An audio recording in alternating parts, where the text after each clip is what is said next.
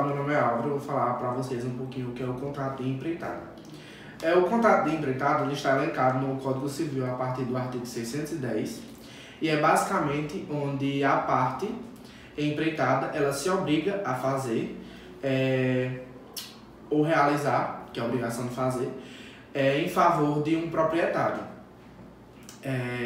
tendo ela como contraprestação uma prestação pecuniária pelo trabalho exercido. As características do contrato de empreitada são bilateralidade, onerosidade, comutatividade e consensualidade. O contrato de empreitada ele pode ser de lavor, que é quando o trabalhador ele entra na empreitada só com a mão de obra, ou a empreitada mista, que é quando o trabalhador ele entra na obra tanto com a sua mão de obra quanto com o material. A obra ela pode ser material, imaterial, imóvel ou móvel. E é importante também ressaltar que tanto a empreitada lavor como a empreitada mista, ambos os trabalhadores se responsabilizam pela obra durante 5 anos. Oi pessoal do canal Civil Vicia, vamos dar continuidade ao assunto de contrato de empreitada e hoje eu vou falar sobre o recebimento da obra. Bom, no recebimento da obra, o dono é obrigado a recebê-lo. Poderá, porém, rejeitá-la se o empreiteiro se afastou das instruções recebidas dos planos dados ou das regras técnicas de trabalho de tal natureza. Entretanto, pode quem encomendou a obra, em vez de rejeitá-la, recebê-la com perdas e danos. Entretanto, pode quem encomendou a obra, em vez de rejeitá-la, recebê-la com um abatimento do preço. A rejeição da obra pelo dono, em virtude do afastamento do empreiteiro dos planos e instruções que lhe foram dadas, é modalidade de vício. Agora vamos estudar sobre subempreitada. Subempreitada ocorre quando a construtora responsável por realizar a obra transfere essa obrigação para um terceiro. Pode assumir o serviço total ou parcialmente, vai depender da extensão do acordo.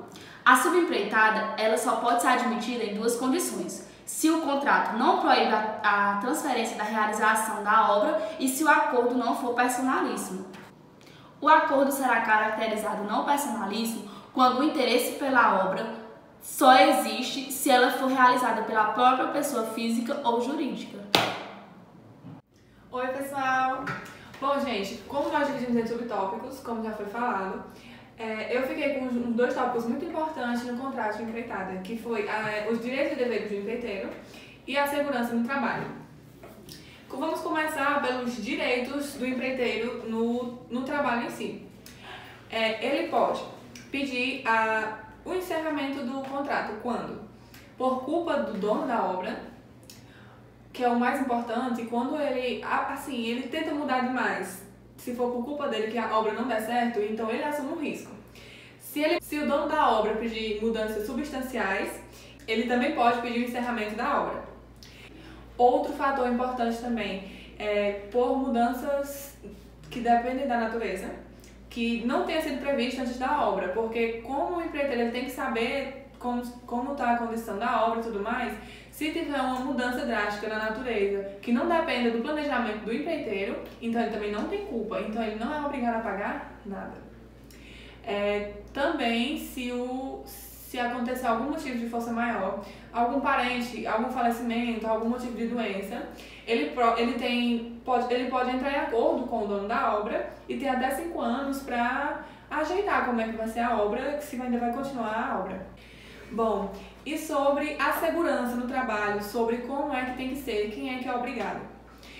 Quando se trata de edifícios, casas, quando são essas obras muito grandes, a segurança no trabalho e a solidez, ela é de obrigatoriedade e exclusividade do empreiteiro. Ele que tem que arcar com a segurança, tem que arcar com as condições necessárias para manter o trabalho. Caso aconteça alguma coisa, é de total responsabilidade do empreiteiro. E aí galera, meu nome é Martins e hoje eu vou falar sobre o tempo e a execução do contrato e sobre o preço. A data e o prazo da entrega, elas são estipuladas no contrato pelas partes. Quando elas não forem definidas, os usos a indicarão. Mas também o empreiteiro não é obrigado a esperar até o dia do contrato para dar início à obra, pois o início antecipado lhe é favorável. Quando a obra é aprovada, o empreiteiro não pode modificá-la, salvo se acontecer algum inconveniente e ele imediatamente avisar ao dono da obra, para poder ocorrer alguma mudança e ele não causar um dano. O preço e a modalidade dos seus pagamentos são os que o contrato estipular. Pode ser estipulado no momento do contrato ou ser apenas determinado. Pode ser estipulado pelas partes no valor global ou por unidade de medida. Olá galera, a gente vai compor mais um vídeo para o canal Civil Vicia. Eu vou falar sobre dois temas, o dever do dono da obra e a extinção do contrato. Adentrando no contexto, nem o dono da obra nem o empreiteiro pode modificar o projeto, sem o autor anuir, mesmo que já pague por ele. No artigo 621 do Código Civil, tem por efeito a preservação do direito moral do autor do projeto, protegido como direito de personalidade no artigo 24 da Lei 9.610 de 98. Admite-se a alteração pelo dono do projeto, caso o projeto fique muito caro.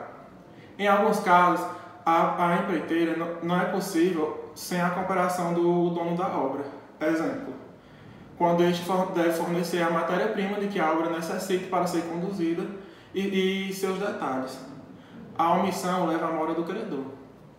O empreiteiro também pode gastar mais ou menos do que foi convencionado. Se gastar muito, sem a autorização do dono da obra, o risco é inteiramente dele. Se menos, caso tenha havido diminuição do valor da obra, da mão de obra e de materiais superior a mais ou menos 10%, o dono tem direito à diferença correspondente. Agora vamos dar início à extinção do contrato.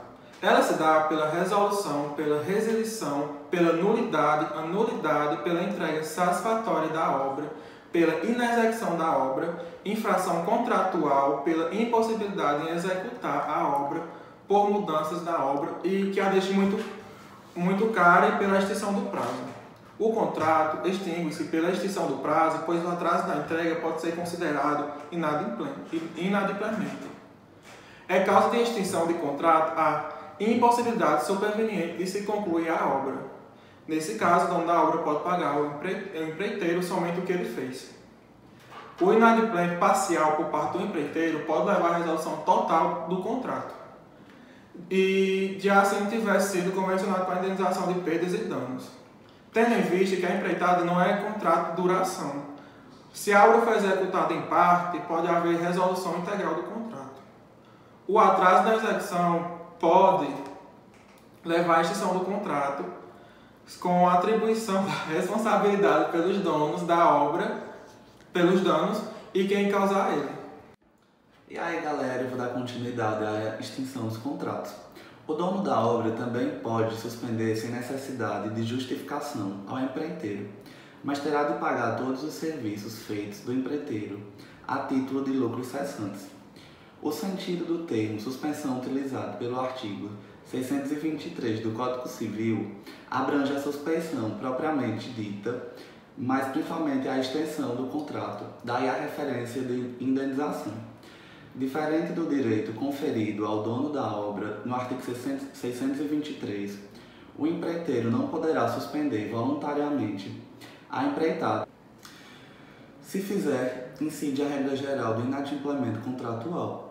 A morte do empreiteiro não estende o contrato de empreitada nas relações privadas.